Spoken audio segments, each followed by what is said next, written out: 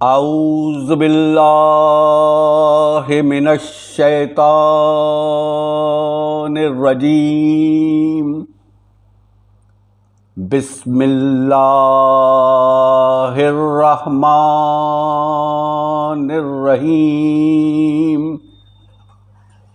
الحمد للہ رب العالمین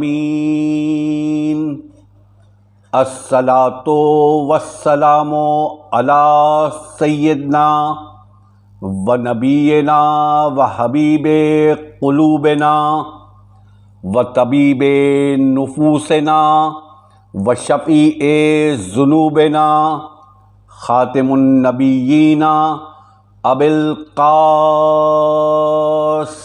محمد صلی اللہ علیہ وآلہ الطیبین الطاہرین المعصومین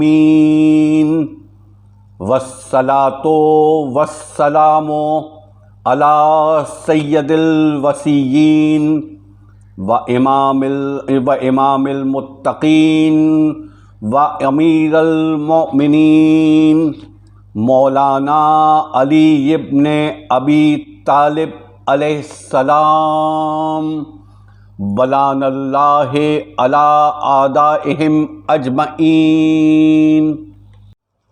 بسم اللہ الرحمن الرحیم۔ وَيَقُولُ الَّذِينَ كَفَرُوا لَسْتَ مُرْسَلًا قُلْ كَفَى بِاللَّهِ شَهِيدًا بَيْنِي وَبَيْنَكُمْ وَمَنْ عِنْدَهُ عِلْمُ الْكِتَابِ۔ سورہ رات کی 32ویں آیت پڑھنے کا شرف حاصل کیا۔ اس آیہ مبارکہ میں اللہ تعالیٰ اپنے نبی صلی اللہ علیہ وآلہ وسلم سے مخاطب ہے، مگر یہ خطاب کفار کے لیے ہے کہ کافر لوگ کہتے ہیں کہ تم اللہ کے رسول نہیں ہو۔ آپ صلی اللہ علیہ وآلہ وسلم کہہ دیجئے کہ میرے اور تمہارے درمیان خدا اور وہ شخص جس کے پاس کتاب آسمانی کا علم ہے گواہ کافی ہیں۔ یہاں نبی صلی اللہ علیہ وآلہ وسلم کی رسالت کا ذکر ہو رہا ہے اور گواہی دی جا رہی ہے خود اللہ تعالیٰ کی اور اس ہستی کی جس کے پاس کتاب حق کا کامل علم ہے۔ سوال پیدا ہوتا ہے کہ کیا خود اللہ تعالیٰ کی گواہی کافی نہیں؟ مگر اللہ تعالیٰ نے خود گواہی کے لیے ایک اصول وضع کیا، اور وہ یہ ہے کہ کسی بھی گواہی کے لیے کم از کم 2 گواہان کی ضرورت ہوتی ہے۔ کیا آپ صلی اللہ علیہ وآلہ وسلم کے لیے کسی فرشتے کو نہیں پیش کیا جا سکتا تھا؟ یا پھر حضرت عیسیٰ علیہ السلام جو کہ چوتھے آسمان پر تشریف فرما رہے ہیں، کیا حضرت عیسیٰ علیہ السلام کو گواہ نہیں بنایا جا سکتا تھا؟ یہ اتنی بڑی گواہی ہے کہ اس سے بڑی کوئی گواہی نہیں۔ ابو سعید خضری سے منقول ہے کہ میں نے رسول اکرم صلی اللہ علیہ وآلہ وسلم سے پوچھا ومن عندہ علم الکتاب کے متعلق، تو آپ صلی اللہ علیہ وآلہ وسلم نے میں نے عرض کی کہ آپ صلی اللہ علیہ وآلہ وسلم کا وہ کون گواہ ہے جس کے پاس تمام کتاب کا علم موجود ہے؟ آپ صلی اللہ علیہ وآلہ وسلم نے فرمایا وہ میرے بھائی علی ابن ابی طالب علیہ السلام ہیں۔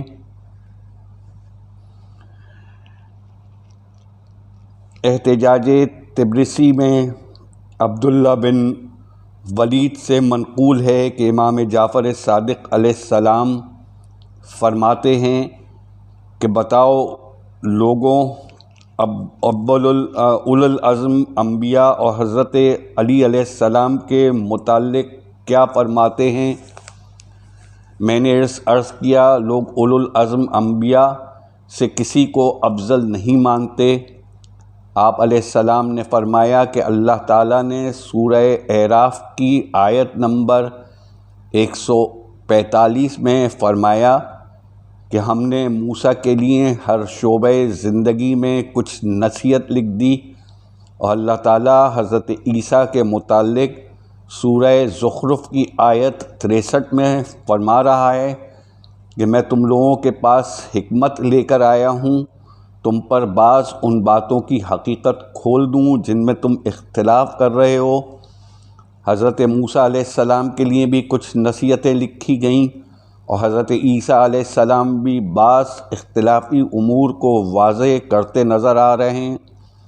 تو معلوم ہوا کہ نہ تو حضرت موسیٰ علیہ السلام کے پاس کل علم تھا اور نہ ہی حضرت عیسیٰ علیہ السلام کے پاس، جبکہ مولا کائنات علی ابن ابی طالب علیہ السلام کے لیے اللہ تعالیٰ نے فرمایا کہ آپ صلی اللہ علیہ وآلہ وسلم کہہ دیں کہ میرے اور تمہارے درمیان بطور گواہ اللہ کافی ہے، اور وہ کافی ہے جس کے پاس کتاب کا علم ہے، اور اس کتاب میں کتنا علم ہے اس کے متعلق فرمان خدا بندی ہے۔ سورہ انعام کی آیت نمبر 59 میں اللہ تعالیٰ فرماتا ہے کہ ہر خشک و تر کتاب علم میں موجود ہے، اور جس کتاب مبین میں ہر خشک و تر کا ذکر موجود ہے، اس تمام کتاب کا علم امیر المومنین علی ابن ابی طالب علیہ السلام کے پاس موجود ہے۔ سلیم ابن قیس بیان کرتے ہیں کہ میری موجودگی میں ایک شخص نے امیر المومنین علی ابن ابی طالب سے عرض کی کہ آپ علیہ السلام مجھے اپنی سب سے بڑی فضیلت سے آگاہ کیجیے، تو آپ علیہ السلام نے اسی آیت کی طرف اشارہ کیا اور فرمایا اس آیت میں ومن عندہ علم الکتاب کے الفاظ کا اشارہ میری طرف ہے۔ امام محمد باقر علیہ السلام سے منقول ہے کہ ومن عندہ علم الکتاب سے ہم اہل بیت علیہ السلام مراد ہیں۔ امیر المومنین علیہ السلام ہمارے سلسلے کے فرد اول اور رسول اللہ صلی اللہ علیہ وآلہ وسلم کے بعد سب سے افضل و برتر ہیں۔ ایک موقع پر امام جعفر صادق علیہ السلام اپنے ایک صحابی صدیر یا صدیر سے مخاطب ہوتے ہیں اور پوچھتے ہیں کیا تو نے قرآن کریم کی سورہ نمل کی آیت نمبر 40 پڑھی ہے کہ اور اس نے کہا جس کے پاس کتاب کا تھوڑا سا علم تھا کہ میں ملکہ سبا کا تخت آپ کی آنکھ جھپکنے سے پہلے آپ علیہ السلام کے پاس لے آؤں گا۔ یہ آیت اشارہ کر رہی ہے حضرت سلیمان علیہ السلام اور آپ کے وزیر کی طرف کہ جہاں آپ علیہ السلام کے وزیر ملکہ سبا کا تخت آنکھ جھپکنے سے پہلے بھی آپ کے سامنے حاضر کر دیتا ہے۔ میں نے کہا جی میں نے قرآن حکیم کی یہ آیت پڑھی ہے۔ آپ علیہ السلام فرماتے ہیں کہ کیا تم اس شخص کو جانتے ہو اور کیا تمہیں علم ہے کہ اس کے پاس کتاب کا کتنا علم تھا؟ میں نے جواباً عرض کی کہ آپ علیہ السلام خود ہی بتا دیں کہ اس کے پاس کتنا علم تھا۔ آپ علیہ السلام فرماتے ہیں کہ اس کے پاس بحیر اقصر میں ایک قطرے کے برابر علم تھا۔ اب آپ حضرات خود ہی اندازہ کریں کہ پوری کتاب میں کتنا علم ہوگا۔ امام علیہ السلام فرماتے ہیں کہ امیر المومنین علی ابن ابی طالب علیہ السلام کے پاس پوری کتاب کا علم ہے، جبکہ حضرت سلیمان علیہ السلام کے وزیر کے پاس علم کتاب میں سے اتنا علم تھا جتنا کہ سمندر کے پانی سے ایک مچھر کے پر کے اوپر پانی لگا ہو۔ امیر المومنین علی ابن ابی طالب علیہ السلام فرماتے ہیں کہ جو علم آدم علیہ السلام آسمان سے زمین پر لائے اور جو علم خدا سے انبیاء کو عطا ہوا وہ سارے کا سارا علم خاتم نبیین صلی اللہ علیہ وآلہ وسلم کے پاس تھا، اور ان کے بعد وہ علم آپ علیہ السلام کی آپ صلی اللہ علیہ وآلہ وسلم کی اطرت میں منتقل ہوا۔ حضرت امام باقر علیہ السلام ارشاد فرماتے ہیں کہ یہ حضرت علی علیہ السلام اور ان کے بعد ائمہ طاہرین علیہ السلام کے حق میں نازل ہوئی ہے۔ یہ آیت مولائے کائنات علی ابن ابی طالب علیہ السلام اور ان کے بعد ائمہ طاہرین علیہ السلام کے حق میں نازل ہوئی ہے۔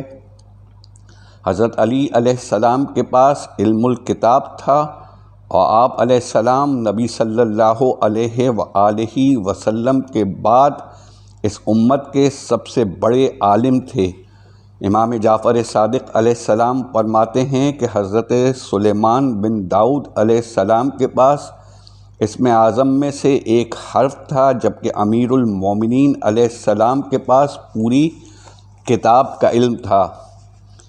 اس کتاب مبین میں جگہ جگہ نبی صلی اللہ علیہ وآلہ وسلم اور آپ صلی اللہ علیہ وآلہ وسلم کی پاک آل علیہ السلام کے فضائل بیان کیے گئے ہیں، اور متعدد احادیث خود نبی صلی اللہ علیہ وآلہ وسلم نے بیان فرمائی ہیں۔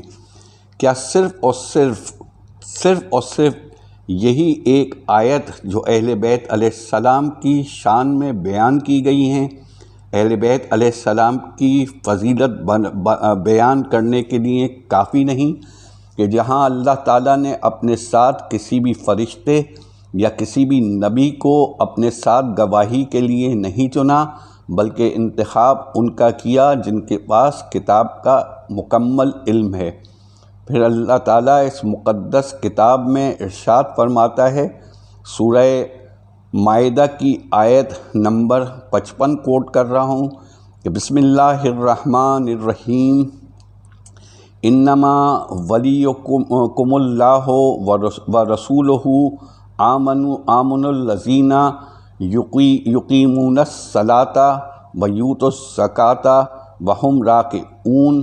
یہاں سورہ مائدہ کی آیت نمبر 55 میں اللہ تعالیٰ فرما رہا ہے کہ تمہارا سرپرست اور رہبر صرف خدا، اس کا پیغمبر اور وہ لوگ ہیں جو ایمان لائے ہیں اور انہوں نے نماز قائم کی اور حالت رکوع میں زکوٰۃ ادا کی۔ یہ آیت مولائے کائنات علی ابن ابی طالب علیہ السلام کی شان میں نازل ہوئی جب مسجد نبوی میں آپ علیہ السلام نے حالت رکوع میں ایک سائل کو اپنی انگوٹھی عطا فرمائی۔ اس روایت کو متعدد محدثین اور مفسرین نے ذکر کیا ہے۔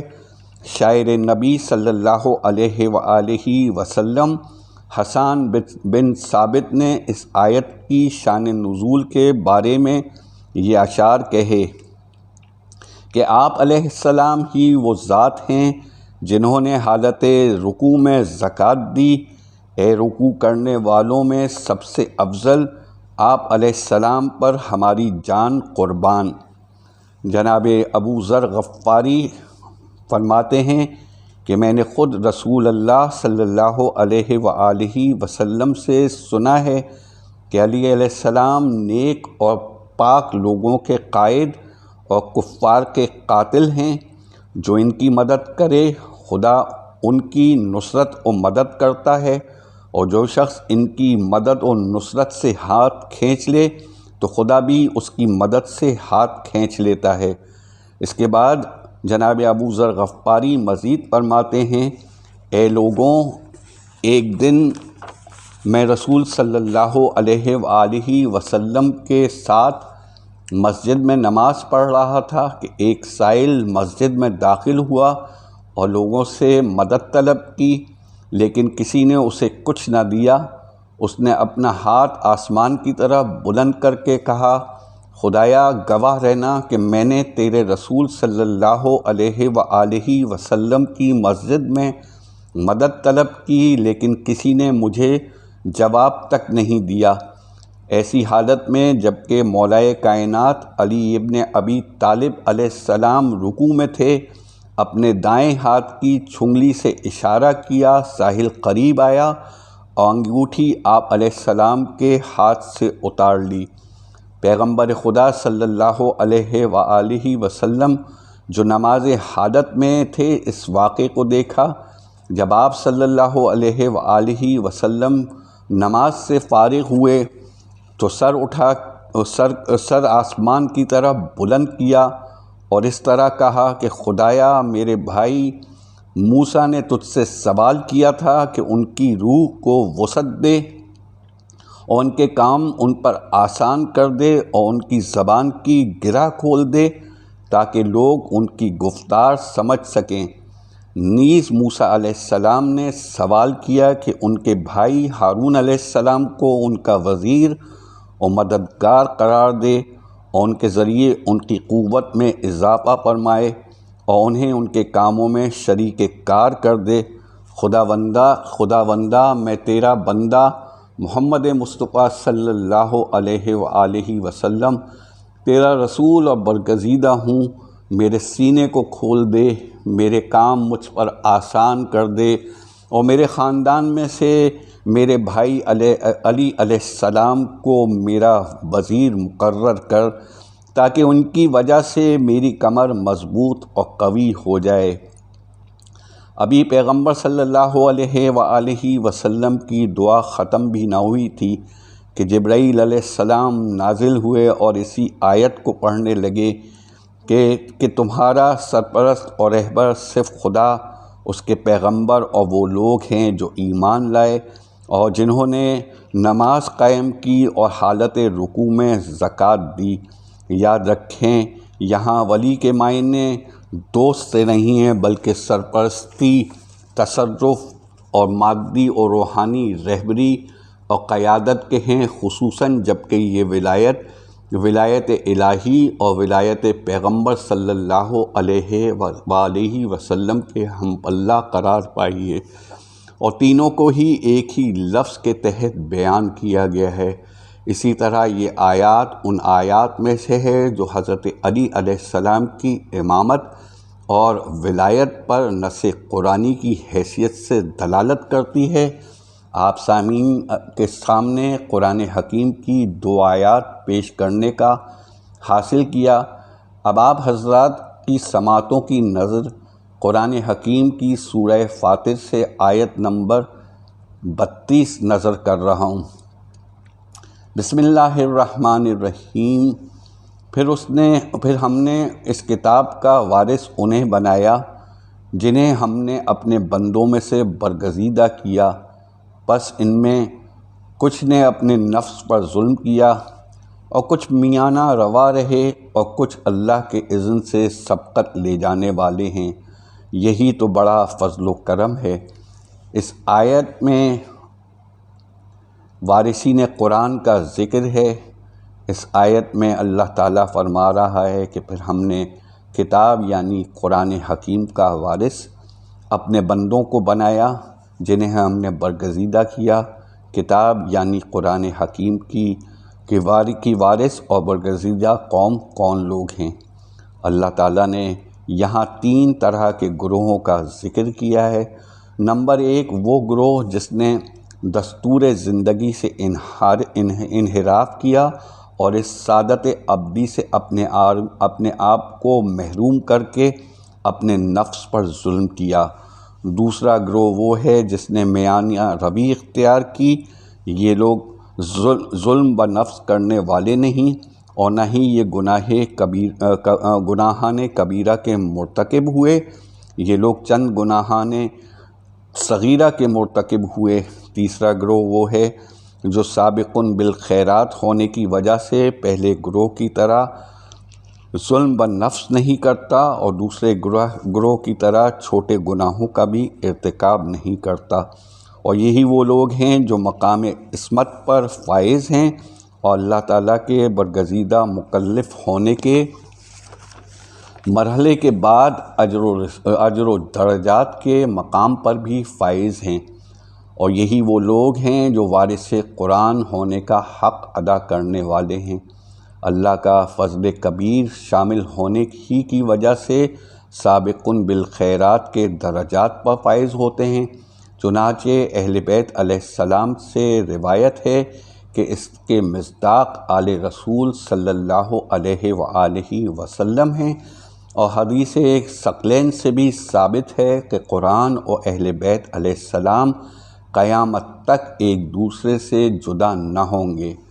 امام محمد باقر علیہ السلام فرماتے ہیں کہ سابقون بالخیرات نیکیوں میں سبقت لے جانے والے ائمہ طاہرین علیہ السلام ہیں۔ میانہ روی اختیار کرنے والے ائمہ طاہرین علیہ السلام کی معرفت رکھنے والے لوگ ہیں، اور ظالم وہ ہیں جو ائمہ طاہرین علیہ السلام کی معرفت نہیں رکھتے۔ حضرت امام موسی کاظم علیہ السلام فرماتے ہیں کہ خدا نے ہمیں وارث قرآن بنایا، جس سے پہاڑ چلنے لگ جاتے ہیں اور زمینی فاصلے سمٹ جاتے ہیں، اور جس سے مردے جی اٹھتے ہیں۔ ہمیں ہوا کے نیچے پانی کا علم ہے۔ کتاب میں آسمان اور زمین کا ہر عیب موجود ہے، اور ہم کتاب اللہ کے وارث ہیں۔ قرآن حکیم جگہ جگہ اہل بیت علیہ السلام کا ذکر کر رہا ہے، کہیں ان کی قربانیوں کا، کہیں ان کی عبادات کا، کہیں ان کے زہد کا، کہیں ان کے تقوی کا، اور کہیں ان کے علم و حکمت کا۔ خود نبی صلی اللہ علیہ وآلہ وسلم فرماتے ہیں کہ انا مدینۃ العلم و علی بابوہا، میں علم کا شہر ہوں اور علی علیہ السلام اس کا دروازہ ہیں۔ تو اب جس کو بھی علم کی طلب ہو اس کو در علم پہ آنا ہی پڑے گا۔ ایک نعرہ بلند کیا جاتا ہے کہ ہمارے لیے قرآن کافی ہے۔ تو جب خود اللہ تعالیٰ نے اہل بیت علیہ السلام کو قرآن کا وارث بنایا، اور جب نبی صلی اللہ علیہ وآلہ وسلم ارشاد فرما رہے ہیں کہ قرآن اور اہل بیت قیامت تک ایک دوسرے سے جدا نہیں ہو سکتے، تو پھر صرف قرآن کس کے لیے اور کیسے کافی ہو سکتا ہے۔ ایک موقع پر مولا کائنات علی ابن ابی طالب علیہ السلام تشریف فرما ہیں، تو دو عورتیں اپنے ساتھ ایک بچے کو لاتی ہیں، اور وہ دونوں عورتیں اس بچے کا دعویٰ کر رہی ہیں۔ دونوں کا یہ کہنا ہے کہ یہ بچہ ان کا ہے۔ ایک کہتی ہے یہ میرا بچہ ہے، دوسری کہتی ہے کہ یہ میرا بچہ ہے۔ فیصلہ نہیں ہو پا رہا، کوئی بھی فیصلہ نہیں کر پا رہا۔ آپ علیہ السلام کے دربار میں دونوں عورتوں کو لایا جاتا ہے۔ مولا کائنات تشریف فرما ہیں۔ دونوں عورتوں نے اپنا دعویٰ دہرایا۔ یہ اس دور کا واقعہ ہے جب سائنس اتنی ترقی یافتہ نہ تھی۔ اب لوگ حیران ہیں کہ جناب مولا کائنات علی ابن ابی طالب علیہ السلام کیسے اس بات کا فیصلہ کریں گے۔ مولا کائنات علی ابن ابی طالب علیہ السلام فوراً اپنے غلام قمبر کو حکم کرتے ہیں کہ قمبر تلوار لاؤ۔ کسی نے پوچھا ہے میرے مولا آپ تلوار کیوں مانگ رہے ہیں؟ جناب مولا کائنات علی ابن ابی طالب علیہ السلام فرماتے ہیں کہ ہم اس بچے کے 2 ٹکڑے کر دیں گے اور دونوں کو ایک ایک ٹکڑا دے دیں گے۔ مولا کا یہ کہنا تھا کہ حقیقی ماں تڑپ اٹھی اور کہتی ہے کہ نہیں میرے مولا ایسا نہ کیجیے، یہ بچہ دوسری عورت کو دے دیجیے۔ مولا فوراً جواب دیتے ہیں کہ یہی اس بچے کی اصل ماں ہے، بچہ اس کے سپرد کر دو۔ ایک دفعہ یہودیوں کا وفد آیا، اس نے سوچا کہ ہم ان سے ایسے سوالات پوچھیں گے کہ یہ لاجواب ہو جائیں گے۔ یہ وفد آتا ہے اور مولا کائنات علی ابن ابی طالب سے مخاطب ہوتا ہے اور پوچھتا ہے کہ وہ کون سا ایک ہے جس کا دوسرا نہیں؟ مولا کائنات علی ابن ابی طالب علیہ السلام فرماتے ہیں کہ وہ اللہ کی ذات ہے جس کا کوئی دوسرا نہیں۔ پھر یہودی سوال کرتے ہیں کہ وہ کون سے دو ہیں جس کا کوئی تیسرا نہیں؟ آپ علیہ السلام فرماتے ہیں کہ وہ دن اور رات ہیں کہ جن کا کوئی تیسرا نہیں۔ پھر یہودی پوچھتے ہیں کہ وہ تین کون ہیں جن کا چوتھا کوئی نہیں؟ آپ علیہ السلام فرماتے ہیں کہ لوح، قلم اور کرسی وہ تین ہیں کہ جن کا کوئی چوتھا نہیں۔ پھر وہ پوچھتے ہیں کہ وہ چار کیا ہیں کہ جس کا پانچواں کوئی نہیں؟ آپ علیہ السلام فرماتے ہیں آسمانی کتابیں توریت، انجیل، زبور اور قرآن حکیم چار ہیں جن کا پانچواں کوئی نہیں۔ تو وہ کہتے ہیں کہ اچھا اب آپ یہ بتائیے کہ وہ پانچ کیا ہیں جن کا چھٹا نہیں؟ آپ علیہ السلام فرماتے ہیں کہ وہ پانچ نمازیں یعنی فجر، ظہر، عصر، مغرب و عشاء ہیں کہ جن کا کوئی چھٹا نہیں۔ سوال ہوتے جا رہے ہیں کہ سوال روانی سے ہو رہے ہیں اور اسی روانی کے ساتھ میرے مولا، میرے آقا جواب دیتے جاتے ہیں۔ پھر سوال کرتے ہیں کہ اب آپ یہ بتائیں، آپ بتائیں کہ وہ چھ بتائیں جن کا کوئی ساتواں نہیں۔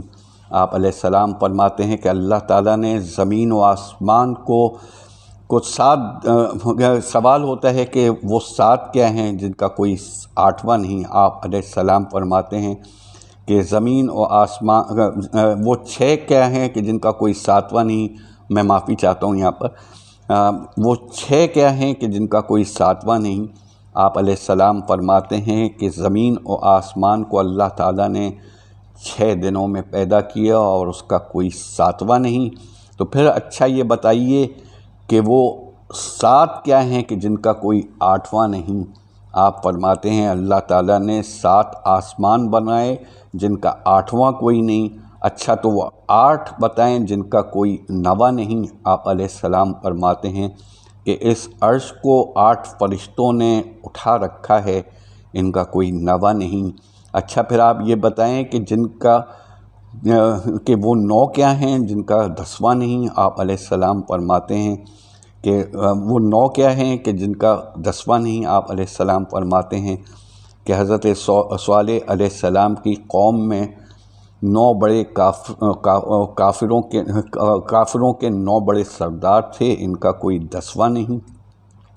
وہ 10 بتائیں جن کا 11واں کوئی نہیں؟ آپ علیہ السلام فرماتے ہیں کہ حج کے موقع پر اگر قربانی نہ ہو تو 7 روزے حرم میں اور 3 روزے گھر میں رکھے جاتے ہیں، یہ وہ 10 ہیں کہ جن کا کوئی 11واں نہیں۔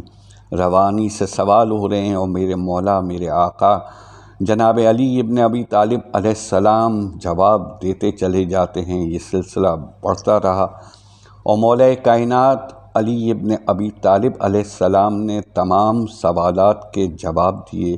لوگ حیران ہیں کہ مولا کائنات کس روانی سے یہ جواب دے رہے ہیں کہ ایک شخص پوچھتا ہے، یہودی کہتا ہے کہ اے یا علی علیہ السلام، ہر انسان جواب دینے سے پہلے سوچتا ہے اور کوئی بھی شخص ہر سوال کا جواب دے بھی نہیں سکتا، اور میں نے اپنی طرف سے سوال بھی مشکل کیے تو آپ علیہ السلام کیسے بلا تاخیر جواب دے رہے ہیں؟ میرے مولا فرماتے ہیں کہ یہ تو بتا کہ تیرے ہاتھ میں کتنی انگلیاں ہیں؟ وہ فوراً کہتا ہے کہ میرے ہاتھ میں 5 انگلیاں ہیں۔ آپ فوراً کہتے ہیں کہ تو نے سوچے سمجھے بغیر کیسے جواب دیا؟ وہ کہتا ہے کہ یہ مولا یہ میری آنکھوں کے سامنے ہے۔ تو یا مولا کائنات علی علیہ السلام فرماتے ہیں کہ اے شخص، جس طرح یہ انگلیاں تیری آنکھوں کے سامنے ہیں اسی طرح کائنات کا علم میرے سامنے ہے۔ مولود کعبہ حضرت علی ابن ابی طالب علیہ السلام، ابو الایمان حضرت ابو طالب علیہ السلام اور جناب فاطمہ بنت اسد علیہ السلام کے بیٹے، پیغمبر اسلام حضرت محمد مصطفیٰ صلی اللہ علیہ وآلہ وسلم کے شریک نور، داماد، بھائی، جانشین اور جناب فاطمہ زہرا سلام اللہ علیہ کے شوہر ہیں، اور حضرت امام حسن علیہ السلام مولا امام حسین علیہ السلام جناب زینب کبریٰ علیہم السلام اور ام کلثوم علیہ السلام کے پدر بزرگوار ہیں۔ آپ علیہ السلام جس طرح سرور کائنات صلی اللہ علیہ وآلہ وسلم کے نور میں شریک تھے، اسی طرح کار رسالت میں بھی شریک تھے۔ یوم ولادت سے لے کر جب تک نبی صلی اللہ علیہ وآلہ وسلم زندہ رہے، آپ صلی اللہ علیہ وآلہ وسلم کے ہر کار خیر میں شریک رہے۔ امور مملکت ہوں یا میدان جنگ، آپ علیہ السلام ہر موقع پر تاجوار دو عالم صلی اللہ علیہ وآلہ وسلم کے پیش رہے۔ عہد رسالت صلی اللہ علیہ وآلہ وسلم کے صحیح فتوحات کا سہرا آپ علیہ السلام ہی کے سر ہے۔ اسلام کی پہلی منزل دعوت ذوالشیرہ سے لے کر تاب ارتحال رسول صلی اللہ علیہ وآلہ وسلم، آپ علیہ السلام نے وہ کارہائے نمایاں کیے جو کسی صورت سے بھلائے نہیں جا سکتے۔ یہ اور کیوں نہ ہو جبکہ آپ علیہ السلام کا گوشت پوست رسول صلی اللہ علیہ وآلہ وسلم کا گوشت پوست ہے، اور مولا کائنات علی علیہ السلام پیدا ہی کیے گئے تھے اسلام اور پیغمبر صلی اللہ علیہ وآلہ وسلم کے لیے۔ آپ علیہ السلام کی نوری تخلیق، خلقت سرور کائنات صلی اللہ علیہ وآلہ وسلم کے ساتھ ساتھ پیدائش عالم و آدم علیہ السلام سے بہت پہلے ہو چکی تھی۔ آپ علیہ السلام کا ظہور و نبوت 13 رجب المرجب 30 عام الفیل یوم جمعہ بمقام خانہ کعبہ ہوا۔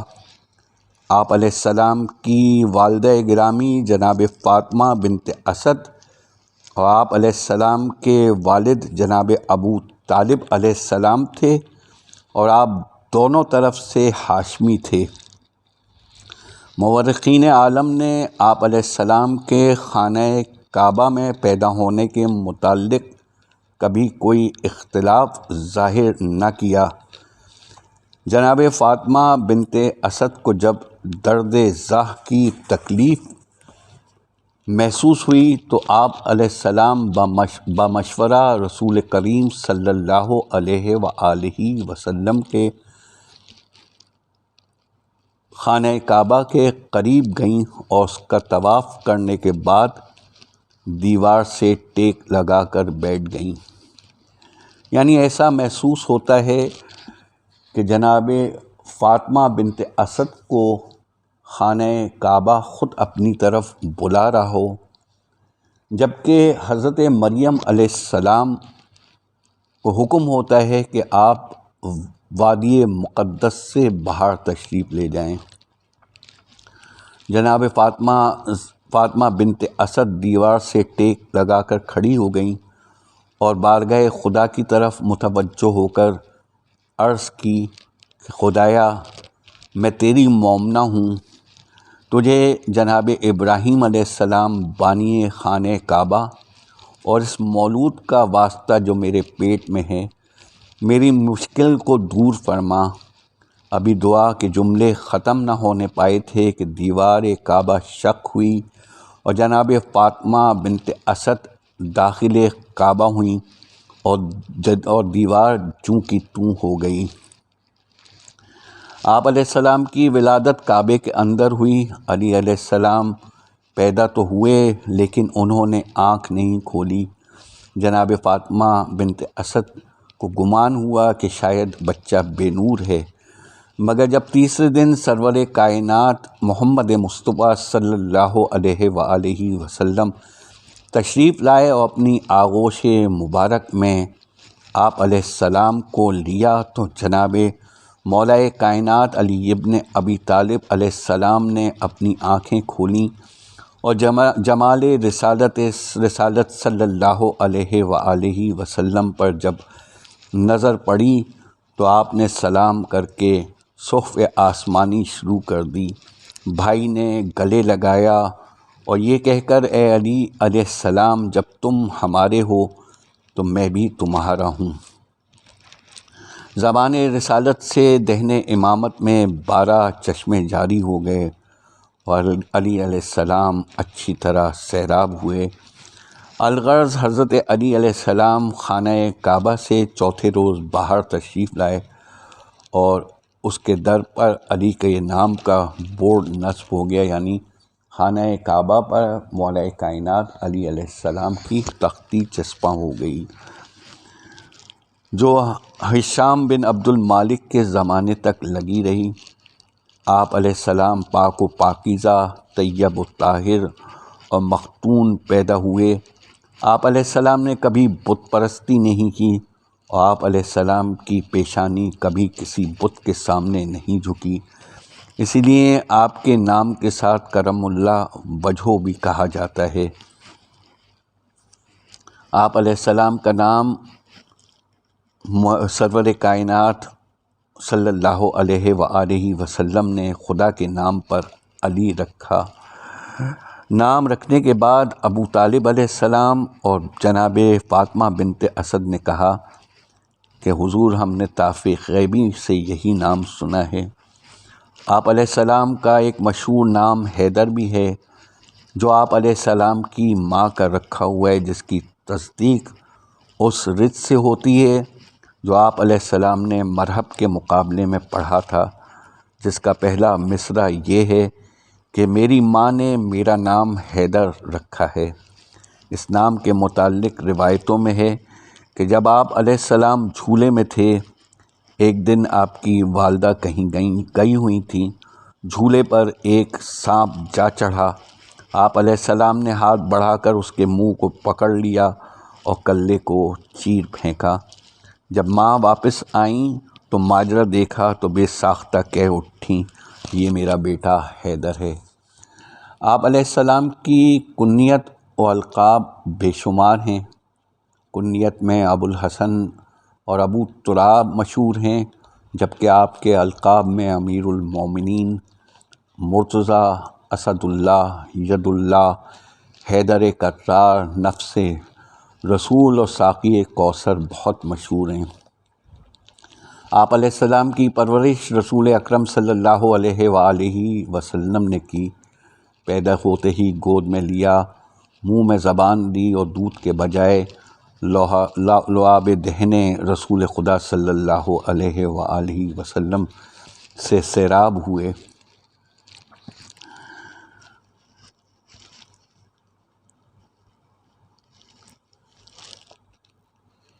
اکثر مسلمانوں میں بحث چھڑ جاتی ہے کہ سب سے پہلے اسلام کون لایا، اور اس سلسلے میں حضرت علی علیہ السلام کا نام بھی لیا جاتا ہے، حالانکہ آپ علیہ السلام اس موضوع بحث سے خارج ہیں، کیونکہ زیر بحث وہ لایا جائے جب کبھی مسلمان نہ تھا اور تمام عمر شرک و بت پرستی میں گزاری، جبکہ مولا کائنات علی ابن ابی طالب علیہ السلام نے کبھی کسی بت کے آگے سجدہ نہ کیا۔ مولا کائنات علی ابن ابی طالب علیہ السلام فطرت اسلام پر پیدا ہوئے اور نبی صلی اللہ علیہ وآلہ وسلم کی گود میں آنکھ کھولی، لعاب دہن رسول صلی اللہ علیہ وآلہ وسلم سے پرورش پائی، آغوش رسول میں پلے بڑھے اور اسی وجہ سے اور پھر اس کے بعد رسول صلی اللہ علیہ وآلہ وسلم کے داماد قرار پائے، میدان جنگ میں کامیابیاں حاصل کر کے کل ایمان بنے، پھر امیر المومنین علی علیہ السلام کے خطاب سے سرفراز ہوئے۔ حضرت علی علیہ السلام کبھی کافر رہے ہی نہیں، کیونکہ آپ شروع سے حضرت رسول خدا صلی اللہ علیہ وآلہ وسلم کی کفالت میں اسی طرح رہے جس طرح خود حضرت علیہ السلام کی اولاد رہتی ہو، اور کل امور میں حضرت صلی اللہ علیہ وآلہ وسلم کی پیروی کرتے رہے۔ اس سبب سے اس کی ضرورت ہی نہیں ہوئی کہ آپ علیہ السلام کو اسلام کی طرف بلایا جاتا۔ حضرت علی علیہ السلام فرماتے ہیں کہ میں نے اس امت میں سب سے پہلے خدا کی عبادت کی اور سب سے پہلے حضرت صلی اللہ علیہ وآلہ وسلم کے ساتھ نماز پڑھی۔ پیغمبر اسلام صلی اللہ علیہ وآلہ وسلم فرماتے ہیں کہ حضرت علی علیہ السلام نے چشم زدن کے لیے بھی کبھی کفر اختیار نہیں کیا۔ آپ علیہ السلام کی شادی سن 2 ہجری میں نبی صلی اللہ علیہ وآلہ وسلم کی دختر نیک اختر جناب فاطمہ زہرا سلام اللہ علیہ سے ہوئی۔ آپ علیہ السلام کے گھر میں لونڈی، غلام اور خدمت گزار نہ تھے۔ باہر کا کام آپ علیہ السلام خود کرتے اور امور خانہ داری کے فرائض جناب فاطمہ علیہ السلام انجام دیتی تھیں۔ نبی اکرم صلی اللہ علیہ وآلہ وسلم کا ارشاد ہے کہ علی علیہ السلام کے علاوہ جناب فاطمہ زہرا سلام اللہ علیہ کا ساری دنیا میں رہتی دنیا تک کوئی کفر نہ ہوتا۔ پھر فرماتے ہیں کہ مجھے خدا نے حکم دیا کہ میں اپنی بیٹی جناب فاطمہ علیہ السلام کی شادی مولا کائنات علی ابن ابی طالب علیہ السلام سے کروں۔ ہر نبی کی نسل اس کے صلب میں ہوتی ہے، لیکن میری نسل صلب علی علیہ السلام میں قرار دی گئی ہے۔ مولا کائنات علی ابن ابی طالب علیہ السلام اور جناب فاطمہ زہرا علیہ السلام کا رشتہ نسل نبوت کی بقا اور دوام کے لیے قائم کیا گیا۔ یہی وجہ ہے کہ جو لوگ پیغام رشتہ دے کر کامیاب نہ ہو سکے، جن کی بنیاد نجاست اور کفر پر استوار تھی اور جن کی انتہا گندگی نفاق پر ہو، سرور کائنات محمد مصطفیٰ صلی اللہ علیہ وآلہ وسلم سے حضرت علی علیہ السلام کی سیادت مسلم ہے، جو مدارج حضور اکرم صلی اللہ علیہ وآلہ وسلم کو نصیب ہوئے، انہی سے ملتے جلتے حضرت علی علیہ السلام کو بھی ملے۔ سیادت جس طرح سرور کائنات محمد مصطفیٰ صلی اللہ علیہ وآلہ وسلم کے لیے ذاتی ہے، اسی طرح حضرت علی علیہ السلام کے لیے بھی ہے۔ اسی لیے غدیر کے موقع پر خطبے سے فراغت کے بعد جب امیر المومنین علی ابن ابی طالب علیہ السلام نبی صلی اللہ علیہ وآلہ وسلم کے سامنے تشریف لائے تو آپ صلی اللہ علیہ وآلہ وسلم نے فرمایا، اے مسلمانوں کے سردار اور پرہیزگاروں کے امام، تمہیں جانشینی مبارک ہو۔ اس ارشاد رسول صلی اللہ علیہ وآلہ وسلم پر اظہار خیال کرتے ہوئے جناب شافعی نے لکھا کہ حضرت کی سیادت مسلمین اور امام متقین جس طرح صفت ذاتی ہے، خدا نے اپنا نفس قرار دے کر رسول صلی اللہ علیہ وآلہ وسلم نے اپنا نفس فرما کر علی علیہ السلام کی شرف سیادت پر پہنچا دیا۔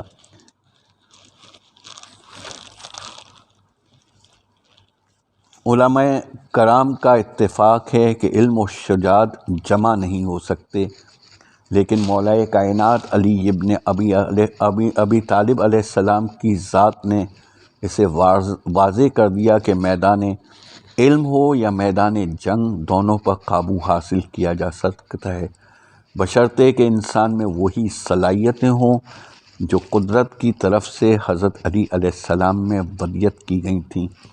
سن 2 ہجری سے لے کر عہد وفات پیغمبر اسلام صلی اللہ علیہ وآلہ وسلم تک نظر دوڑائی جائے تو علی علیہ السلام کے کارنامے اور اوراق پر روشن نظر آتے ہیں۔ جنگ احد ہو یا بدر، جنگ خندق ہو یا خیبر، جنگ حنین ہو یا کوئی اور معرکہ، ہر منزل میں، ہر موقع پر مولا کائنات علی علیہ السلام کی ذوالفقار چمکتی ہوئی دکھائی دیتی ہے۔ تاریخ شاہد ہے کہ علی علیہ السلام کے مقابلے میں کوئی بہادر ٹکا نہیں۔ آپ علیہ السلام کی تلوار نے مرہب و عنتر، حارث و عمر ابن عبدود جیسے بہادروں کو فنا کیا، انہیں جہنم رسید کیا۔ باور کرنا چاہیے کہ علی علیہ السلام سے مقابلہ جس طرح انسان نہیں کر سکتے تھے، اسی طرح سے آپ سے نبرد آزمائی جنات کے بھی بس کی بات نہیں تھی۔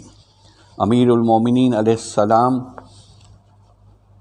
ہیں 20 برس کی، آپ علیہ السلام کا سن 20 برس کا ہے اور بدر کا میدان ہے۔ نبی صلی اللہ علیہ وآلہ وسلم علم کی ذمہ داری مولا کائنات علی ابن ابی طالب علیہ السلام کو سونپتے ہیں۔ آپ صلی اللہ علیہ وآلہ وسلم پیغام یہ دے رہے ہیں کہ یہ نہ دیکھو کہ سن کتنا ہے، بلکہ پیغام یہ دے رہے ہیں کہ یہ بچہ کتنا قابل ہے۔ اور جب آپ علیہ السلام میدان میں اترے تو شور مچ گیا کہ بچے کو بھیج دیا۔ مولا علی علیہ السلام میدان میں آتے ہیں اور رچ پڑھتے ہیں کہ میرے بارے میں بات ہو رہی ہے کہ میری عمر کتنی ہے، مگر جان لو کہ میری ماں نے مجھے اسی دن کے لیے جنا تھا۔ بدر میں میرے مولا کا جہاد آپ صلی اللہ علیہ وآلہ وسلم دیکھتے ہیں کہ کفار ایک کرائے کا قاتل لائے ہیں، اس شخص کا نام نوفل بن حویدہ ہے۔ نبی صلی اللہ علیہ وآلہ وسلم دعا فرماتے ہیں کہ یا اللہ مسلمان کو نوفل سے محفوظ فرما۔ جناب علی علیہ السلام یہ سن رہے ہیں، فوراً آپ علیہ السلام میدان میں تشریف لے جاتے ہیں۔ نبی صلی اللہ علیہ وآلہ وسلم ایک بلندی سے میدان کی طرف دیکھ رہے ہیں۔ دور سے آپ علیہ السلام پوچھتے ہیں کہ یا رسول اللہ صلی اللہ علیہ وآلہ وسلم کسے تلاش کر رہے ہیں؟ آپ صلی اللہ علیہ وآلہ وسلم فرماتے ہیں کہ کون ہے جو مجھے بتائے نوفل کہاں ہے؟ آپ علیہ السلام جواب دیتے ہیں کہ یا رسول اللہ صلی اللہ علیہ وآلہ وسلم میں نے اسی وقت اسے مار دیا جب آپ علیہ السلام دعا مانگ رہے تھے۔ مولا علی علیہ السلام نے بدر کے میدان میں 80 کفار کو موت کے گھاٹ اتارا۔ جنگ بدر کے بعد آپ علیہ السلام کے بعد احد کا مقام ہے، تو ابو سفیان نے پوچھا پرچم کس کو دیا ہے؟ تو جواب آتا ہے کہ فلاں قبیلے کو پرچم کی ذمہ داری دی گئی ہے۔ تو ابو سفیان کہتا ہے کہ پرچم ایک قبیلے سے دوسرے قبیلے کو منتقل کرتے جاؤ، اس لیے کہ علی علیہ السلام سب سے پہلے جس کے پاس پرچم ہے اس کو قتل کریں گے۔ تو علی علیہ السلام کس قبیلے سے دشمنی لیں گے اور کتنے پرچم برداروں کو ماریں گے۔ جب جنگ ختم ہوئی تو مولا علی علیہ السلام نے 9 پرچم برداروں کو قتل کیا۔ جس کے پاس بھی پرچم گیا مولا علی علیہ السلام نے اسے قتل کیا۔ جب جنگ احد کا نقشہ بدلا اور اصحاب بھاگنا شروع ہوئے تو مولا کائنات علی ابن ابی طالب علیہ السلام ڈٹے رہے اور اکیلے ایسے لڑ رہے تھے جیسے کوئی لشکر لڑ رہا ہو۔ مولا کائنات کبھی لشکر کی بنیاد پر نہیں لڑے بلکہ ایمان کی بنیاد پر لڑے، اور یہی وجہ ہے کہ مولا کائنات علی ابن ابی طالب علیہ السلام خود ایک لشکر کی صورت تھے۔ جبرائیل علیہ السلام نبی صلی اللہ علیہ وآلہ وسلم سے فرماتے ہیں کہ دیکھیں یا رسول اللہ صلی اللہ علیہ وآلہ وسلم علی علیہ السلام کیسے لڑ رہے ہیں۔ نبی صلی اللہ علیہ وآلہ وسلم فرماتے ہیں کیسے علی علیہ السلام نہ لڑیں، وہ مجھ سے ہیں اور میں علی سے ہوں۔ جبرائیل علیہ السلام فرماتے ہیں کہ اور میں آپ دونوں سے ہوں۔ پھر جنگ خندق کا واقعہ پیش آتا ہے۔ ایک بدبخت کھڑا ہوا مسلمانوں کو للکار رہا ہے، مگر سب کے سب خوف کے عالم میں خندق میں دب کے بیٹھے ہیں۔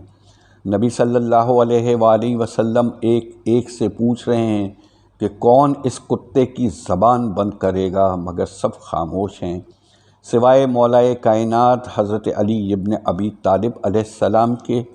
آخر کار آپ علیہ السلام کو میدان میں جنگ میں بھیجا جاتا ہے۔ آپ علیہ السلام کا عمر ابن عبدبت سے مقابلہ ہے، جس کی بہادری کے قصیدے تمام اصحاب پڑھ رہے تھے۔ مولا کائنات علی ابن ابی طالب علیہ السلام ایسا وار کرتے ہیں کہ اس مردود کے جسم کے 2 ٹکڑے ہو جاتے ہیں۔ اس کے بعد خیبر کا میدان آتا ہے۔ مسلمان 39 دن تک میدان جاتے ہیں اور لوٹ جاتے ہیں، میدان جاتے ہیں اور لوٹ کر واپس آ جاتے ہیں، اور پھر 40ویں روز مولا کائنات علی ابن ابی طالب علیہ السلام کو علم کی ذمہ داری دیتے ہیں، انہیں میدان جنگ میں بھیجا جاتا ہے۔ یہاں مرحب آپ علیہ السلام سے سوال کرتا ہے کہ تم کون ہو؟ مولا کائنات علی ابن ابی طالب علیہ السلام جواب دیتے ہیں کہ تو کون ہے؟ وہ جواب میں کہتا ہے کہ میری ماں نے میرا نام مرحب رکھا ہے۔ مولا کائنات علی ابن ابی طالب علیہ السلام مسکراتے ہیں اور کہتے ہیں کہ میری ماں نے میرا نام حیدر رکھا ہے۔ اور پھر مرحب کو جس انداز میں قتل کیا وہ آپ سب جانتے ہیں۔ ایک موقع پر امیر شام جناب عبداللہ بن مسعود سے پوچھتا ہے کہ علی علیہ السلام کی کوئی فضیلت ہے؟ جناب عبداللہ بن مسعود مولا کائنات کے 4 فضائل بیان فرماتے ہیں، اور ان میں سے ایک فضیلت کے بارے میں جناب عبداللہ بن مسعود فرماتے ہیں کہ اگر مجھے یہ فضیلت ملتی تو میں عمر نوح کے برابر اگر میری عمر ہوتی اور پوری زمین میں میری حکومت ہوتی تو میں یہ دونوں چیزیں رد کر دیتا۔ میں نے اپنی آنکھوں سے دیکھا کہ نبی صلی اللہ علیہ وآلہ وسلم نے فرمایا کہ کل میں علم اسے دوں گا جو مرد ہوگا، قرار ہوگا، غیر فرار ہوگا، اللہ اور اس کا رسول اس سے محبت کرتا ہوگا اور وہ اللہ اور اس کے رسول سے محبت کرتا ہوگا۔ اور سرکار دو عالم نبی صلی اللہ علیہ وآلہ وسلم نے دوسرے دن جس مرد کو علم دیا وہ کوئی اور نہیں، وہ امیر المومنین علی ابن ابی طالب علیہ السلام تھے۔ یہاں مولا کائنات علی ابن ابی طالب علیہ السلام کے فضائل بیان کرتے چلے جائیں، لیکن یہ فضائل کبھی ختم نہ ہوں گے۔ خود نبی صلی اللہ علیہ وآلہ وسلم آپ علیہ السلام کے فضائل ساری زندگی بیان کرتے رہے۔ ان میں سے چند آپ حضرات کی خدمت میں پیش کرتا چلوں۔ آپ صلی اللہ علیہ وآلہ وسلم فرماتے ہیں، علی علیہ السلام کا چہرہ دیکھنا عبادت ہے، علی علیہ السلام کا ذکر عبادت ہے، علی علیہ السلام کو مجھ سے وہی نسبت حاصل ہے جو ہارون علیہ السلام کو موسیٰ علیہ السلام سے تھی، سوائے اس کے کہ میں آخری نبی ہوں۔ پھر فرماتے ہیں کہ کل میں اس کو علم دوں گا جو اللہ اور اس کے رسول کا محبوب ترین ہوگا۔ نبی صلی اللہ علیہ وآلہ وسلم فرماتے ہیں، میرے بعد جو چیزیں باعث سے اختلاف ہوں گی ان میں علی علیہ السلام کی عدالت سب سے بہترین ہے۔ نبی صلی اللہ علیہ وآلہ وسلم کہتے ہیں کہ علی علیہ السلام تمہارے درمیان بہترین حاکم ہیں۔ جنگ خندق کے موقع پر نبی صلی اللہ علیہ وآلہ وسلم کا فرمان ہے کہ ضرب علی علیہ السلام ثقلین کی عبادت سے بہتر ہے۔ نبی صلی اللہ علیہ وآلہ وسلم فرماتے ہیں کہ علی علیہ السلام کے گھر کے علاوہ مسجد نبوی کے اندر کھلنے والے سارے دروازے بند کر دیے جائیں۔ علی علیہ السلام مجھ سے ہیں اور میں علی علیہ السلام سے ہوں۔ علی علیہ السلام حق کے ساتھ ہیں اور حق علی کے ساتھ ہے۔ جس نے مولا امیر المومنین علی ابن ابی طالب علیہ السلام کو ستایا اس نے مجھے ستایا۔ جس نے علی علیہ السلام سے دشمنی کی اس نے مجھ سے دشمنی کی۔ اے علی علیہ السلام، مومن کے علاوہ کوئی آپ سے محبت نہیں کر سکتا اور منافق کے علاوہ آپ سے کوئی دشمنی نہیں کر سکتا، آپ سے کوئی بغض نہیں رکھ سکتا۔ علی علیہ السلام کی دوستی برائیوں کو یوں کھا جاتی ہے جیسے آگ لکڑی کو۔ اے علی علیہ السلام، جو ہماری اطاعت کرے گا اس نے اللہ کی اطاعت کی۔ میرے پروردگار جب مجھے رات کو آسمان لے گیا۔ علی علیہ السلام کے بارے میں 3 چیزوں کی وحی کی کہ علی علیہ السلام پرہیزگاروں کے پیشوا، مومنین کے ولی اور نورانی چہروں کے رہبر ہیں۔ میں علم کا شہر ہوں اور علی علیہ السلام اس کا دروازہ ہیں۔ اے علی علیہ السلام، تم آخرت میں میرے بھائی ہو۔ جس کا میں مولا ہوں اس کا یہ علی مولا ہے۔ آج شب 19 رمضان المبارک ہے۔ آج شب ضربت امیر المومنین علیہ السلام ہے۔ کیا میرا یہ جملہ آپ حضرات کے رونے کے لیے کافی نہیں؟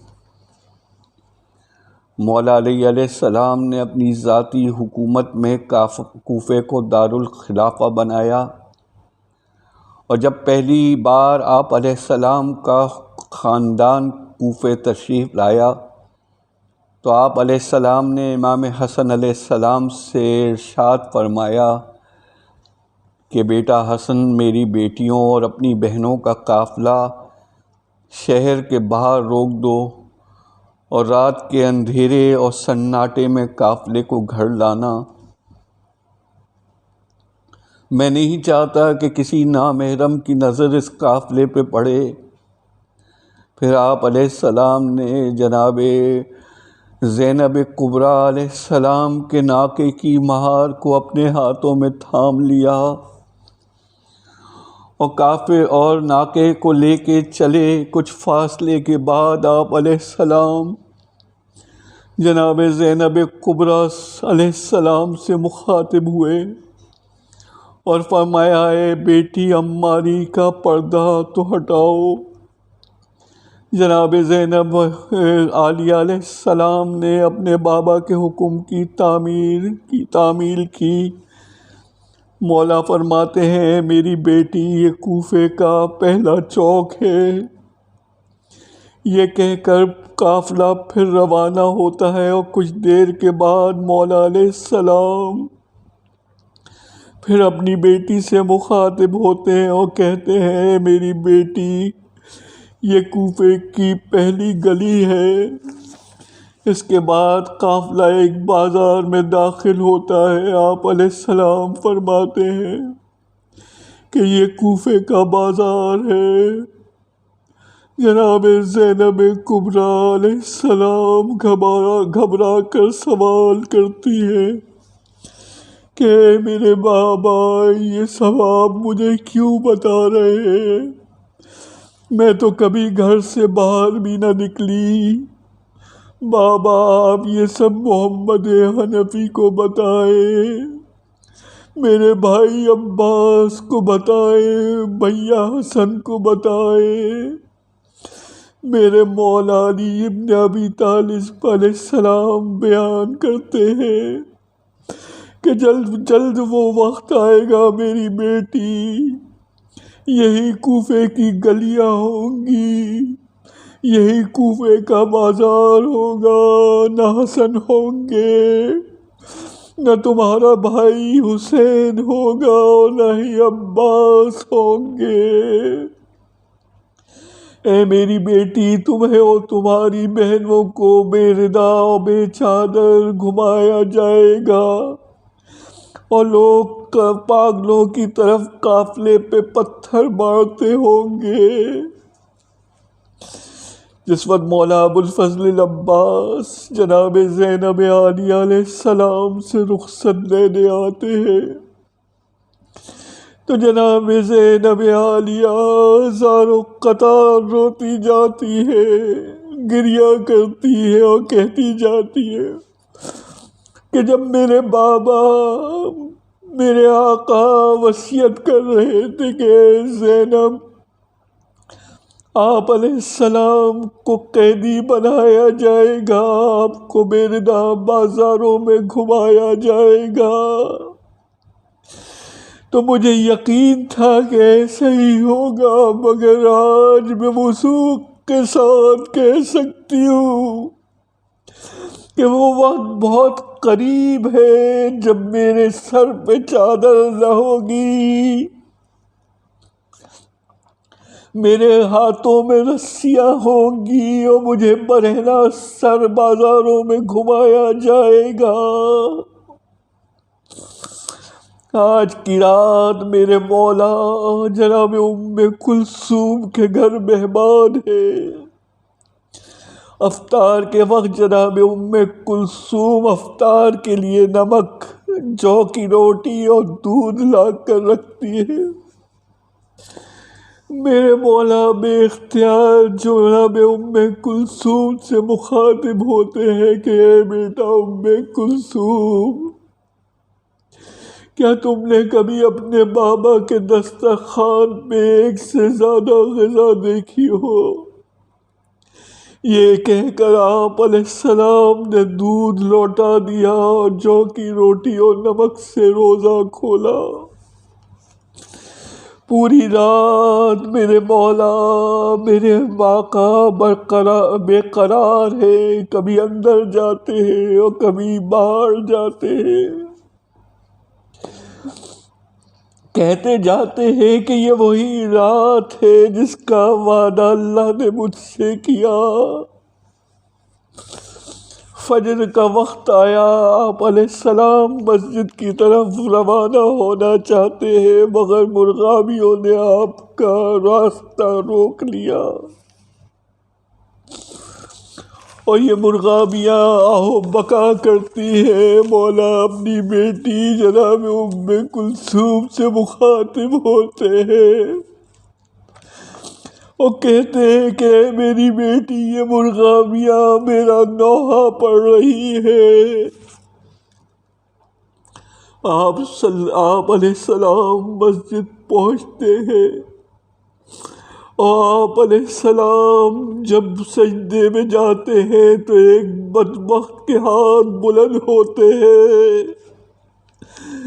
اور وہ میرے مولا، میرے آقا کے سر پر زہریلی تلوار سے وار کرتا ہے۔ آپ علیہ السلام کے سر پہ گھاؤ پڑتا ہے، میرے مولا بے ساختہ پکار اٹھتے ہیں کہ رب کعبہ کی قسم آج علی کامیاب ہو گیا، رب کعبہ کی قسم آج علی کامیاب ہو گیا۔ انا للہ و انا الیہ راجعون، انا للہ و انا الیہ راجعون۔ اے مومنو، ہمارے مولا ہمیں چھوڑ کر چلے گئے۔ اللہم صلی علی محمد وآل محمد وعجل فرجہم۔ اللہم صلی علی محمد وآل محمد وعجل فرجہم۔ اللہم صلی علی محمد وآل محمد وعجل فرجہم۔